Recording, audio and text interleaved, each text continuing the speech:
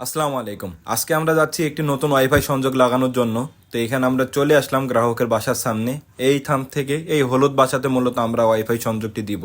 তো এই গ্রাহক পূর্বে ডিশ মালিকের ওয়াইফাই চালাতো আর কি, তো এটা ভালো না চলার কারণে উনি চেঞ্জ করে আমাদের নতুন ওয়াইফাই সংযোগ নিল আর কি।